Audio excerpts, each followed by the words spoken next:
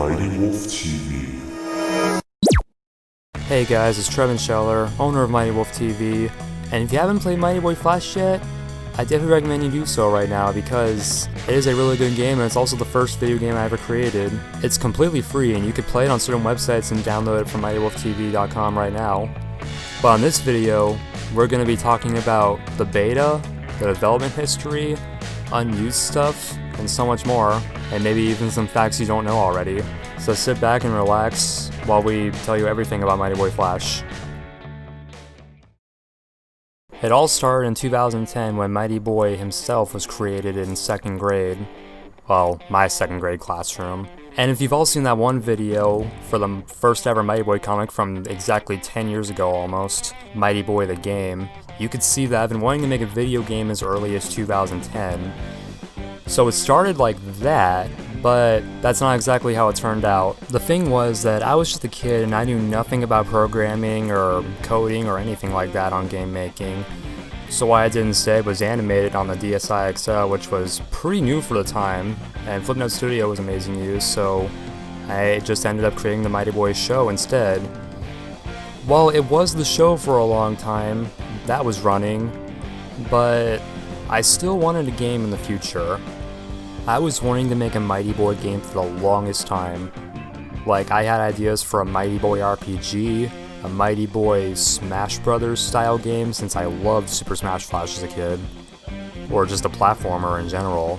I even drew so many concepts for the game when I was a kid. Also, for the very small percent of you that thinks that Ender Quest was the first real Mighty Wolf TV game, you'd be wrong, because 1, it's a Minecraft map, and 2, it was never actually released to the public. Though it was basically my first attempt at creating a game technically, so I guess you could say I had experience right there. And I mean with level designs and story developments and all that. It was pretty impressive for its time, but sorry, it is not considered a real Mighty Wolf TV game. Back in 2015 or so, when Skylanders was more new and I was really into it, I actually drew some concept art of a Skylanders or Toys to Life based Mighty Boy game, which was actually the earliest piece of concept art I've kept besides the Mighty Boy the Game. And as you can see, it looks like this, with 7 playable characters. I know some of you might think it's silly, but I was still pretty much a kid and I was just using my imagination and having fun and also just dreaming about what kind of game I could have made in the future, because I was wanting to make video games for a very long time. In the same year of 2015, I was introduced to these amazing Sonic games called Sonic Adventure and Sonic Adventure 2. I loved Sonic Heroes as a kid to death, and knowing that Sonic Adventure 1 and 2 exist and they're basically early prototypes of it, I loved them. But where I'm getting at is that I love these games so much that I wanted to make a Mighty Boy game based off these. One of the reasons why I wanted the gameplay to be like that is not just because I love the game so much, but also mainly because that Sega won't make another game like that themselves, because now Sega only makes the Boost to Win Sonic games instead of the Adventure formula. So I thought I would technically bring back the Adventure formula but with a different IP. And so that's where I got the idea of Mighty Boy Flash's gameplay and story plot and the concept and everything, with all the stories and final story and all that. It was all inspired from Sonic Adventure 1 and 2. I wasn't able to actually make the game yet, but I did actually make a bunch of concept art, even more than the last one. And as you can see, other characters from the Mighty Boy series would have been in the game besides just Mighty Boy, Mighty Girl, and Ninja Boy. Ant Boy, Tiny Boy, the Flapper, and Wavy also would have appeared in the game, and every character would have had their own unique weapon to fight with. And not only that, some of the things in this Mighty Boy Flash early concept drawings actually look a lot closer to the final game. I had always wanted Mighty Boy Flash to be a 3-dimensional platformer, but due to my lack of skill, that would have been impossible for the time, especially now. Well, it actually would have just been too difficult. So I decided to make it a 2-dimensional platformer instead. Despite the disencouragement from some people, saying that it's really hard to make Flash games and I'll probably never do it, but then on YouTube I was introduced to this program called Stencil, which I found when I was looking up how to make games, and it also said that there was no coding required, and that was a big deal for me. So I decided to attempt starting development on Mighty Boy Flash when I got my new computer in 2016. Though, there was a problem. This was extremely early, I had no knowledge of coding and programming, and I had no idea what I was doing, and it was all really complicated at the time. And so, because of that, development on the game did not get far, and all I made was a poorly drawn model of Mighty Boy, and this early background which was supposed to be for Linden Forest, which wasn't even called that yet. And then just like that, I had officially given up development on Mighty Boy Flash, and I lost all hope of its development in the future. That was until early 2018. When I was in a tech class one day, I was actually doing this one program on a computer which I believe was called Coding Academy, and I had more of a better idea for programming and coding and stuff, and when I did all of that, I realized that it wasn't as difficult as I thought it was. Well, the programming mostly, not the coding, I don't really know. I don't really remember it that well. But anyway, the point is, I got my inspiration back, and so I looked at Stencil a lot more, and then I realized that Stencil had a bunch of these sample games, and then I had the greatest idea ever. I would take one of the sample games and make Mighty Boy Flash off of it. For Mighty Boy Flash, the sample game was this platformer one with the robot. What I did was I simply turned the robot into Mighty Boy, and just like that, the game was born. Now, are you guys ready to see the earliest Mighty Boy Flash beta ever made? Well, here you go. Yes, I know it looks terrible compared to the final version, but what you expect is like the earliest version of the first game I ever made. So literally the whole thing goes, you take him and you get to the end, that's it. There was really nothing to do in this. But it definitely got better as it went on.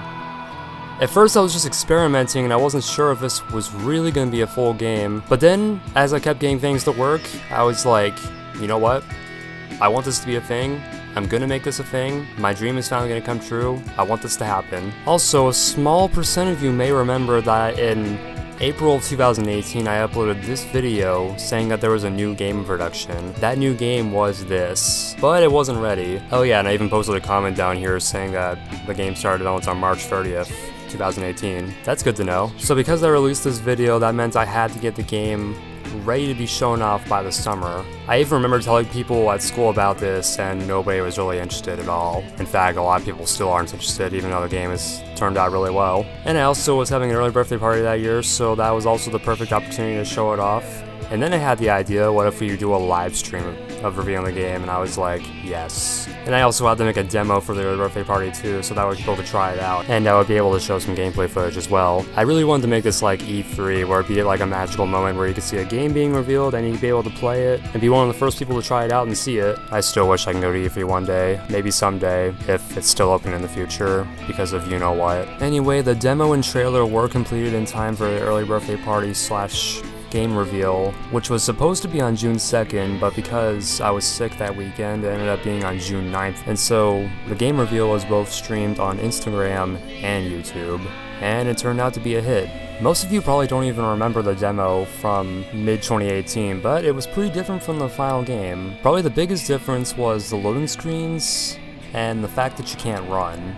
Also, in this demo, you would start with the tutorial, and then when you beat the tutorial, you would go to Linden Forest, which was actually the only level in the game that was done. While I had started production on Carnelian Mountain, Basalt Prison, and Phalaris Field, they weren't done, they were just showed off for the trailer. And also another big change in the beta was when you collect a balloon. And here are all the other changes for the early birthday party 2018 demo. Now, I'm not going to show every change from every beta because then this video would last way too long and you'd all probably get bored from it. So I'm probably just going to show you the biggest ones, but I will show you all the ones from this demo.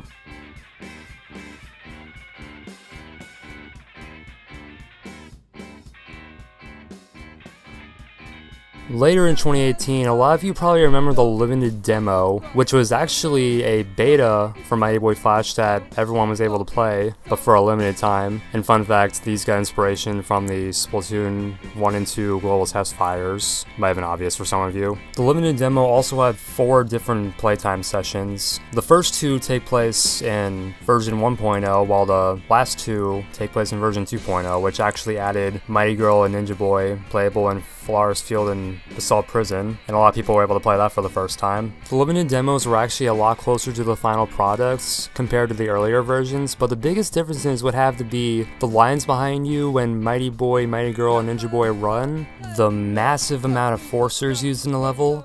Yes, those pink things are called forcers, just so you guys know, because they force you to go in that direction. The Carnelian Mountain layout was also a little bit different in some places. Like when you go down the hill, there's actually a lot more spikes, which was removed in the final game, but those spikes did stay on the hills in the Mighty Boy Flash hard mode, which was added in version 2.0. Not only that, the level was also shorter, and the final cave had a much higher ceiling. And then you have version 2.0, the limited demo, which is actually a little bit closer to the final. I mean, the loading screens are the same as in the final version, and the goal animation is the same as in the final version, and you run like you do in the final version, with the characters having their signature colors, with Mighty Boy being yellow, Mighty Girl being pink, and Ninja Boy being gray. Thought that was a good change to add some color and personality into the game and characters. Really, the biggest difference in version 2.0 would have to be that Phalaris Field was just shorter, with some sections not added yet. And for the rest of late 2018 and early 2019, not really much was talked about with the game, but I was still working on it a lot. I'll tell you guys, I probably put more time and effort into Mighty Boy Flash than anything else in my life, especially Go-Go Carter and Glitch Show and most of the Mighty Boy show itself. When Mighty Boy was still in development, I actually had a lot of people try it out at school, because back when I was still at school, I was able to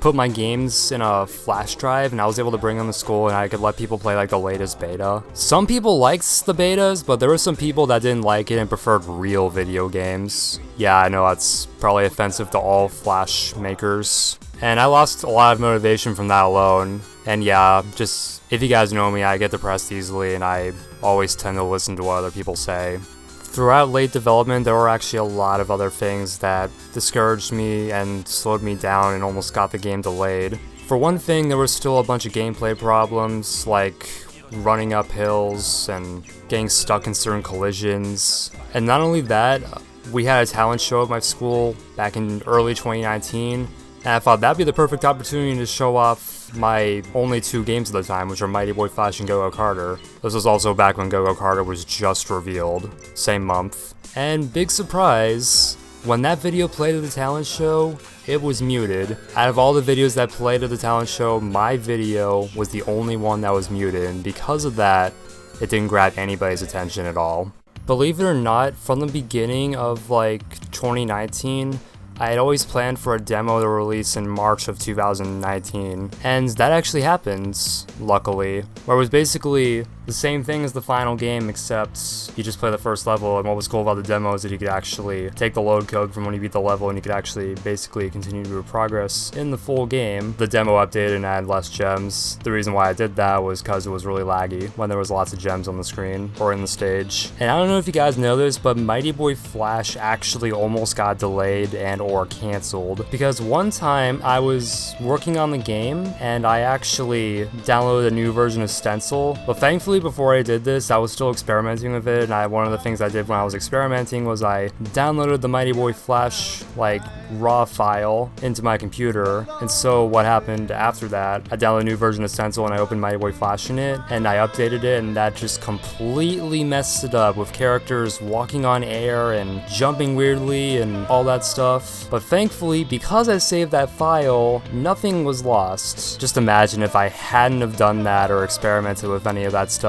the game would have probably been cancelled. And so, after roughly a year and 2 months of development, a bunch of trial and error, a bunch of medication, and a bunch of brilliant ideas and time well spent, I have finally finished Mighty Boy Flash and have released it on its planned release day, which was on May 18th, 2019. And I'll tell you, it was one of the greatest moments of my life. My own video game was finally made, it was finally put on the internet, and I could probably finally have a legacy too, so people will remember me when I'm dead, hopefully. And that, my friends, is the complete development history of Mighty Boy Flash. Now I'm going to talk about some beta content and unused stuff, and I'm not going to be showing everything because that would make the video way too long, so I'm only going to show the biggest, most important changes. And in case you're all wondering, yes, I actually kept every single beta of Mighty Boy Flash in this computer. But again, only going to show like the biggest, most important changes, and most interesting too. One removed feature I wanted to talk about first is the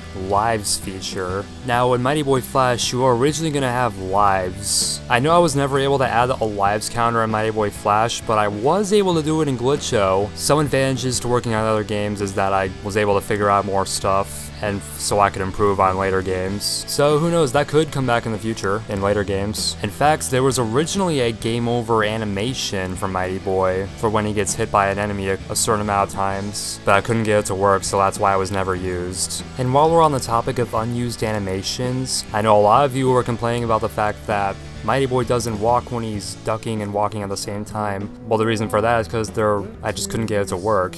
And there was originally an animation for it. And then there's another animation of Mighty Boy punching left and right. Now originally there was going to be a punching mechanic in the game for defeating enemies, but once again, I couldn't get it to work, so it was scrapped. The last unused animation is the victory pose from earlier, and now you guys have a better look at it. Now in this beta, there is one drastic difference besides the fact that the menus are different. The fact that each level was originally going to have different acts, just like the Sonic Adventure games. For this example, you would go inside the tree and enter the inside the tree part of Linden Forest, and once you beat that, you'd fall out of the tree into the third part, which is where the goal would be.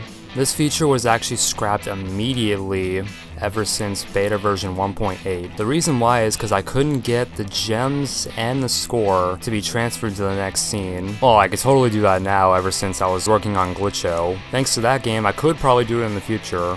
But because I wasn't able to do this at the time, this wasn't possible, so that feature was scrapped and everything reverted to normal as one big stage instead of a bunch of little sections. When I decided to make all the stages one big stage instead of a bunch of little sections, I added this thing right here, a red balloon, which was originally the checkpoint balloon.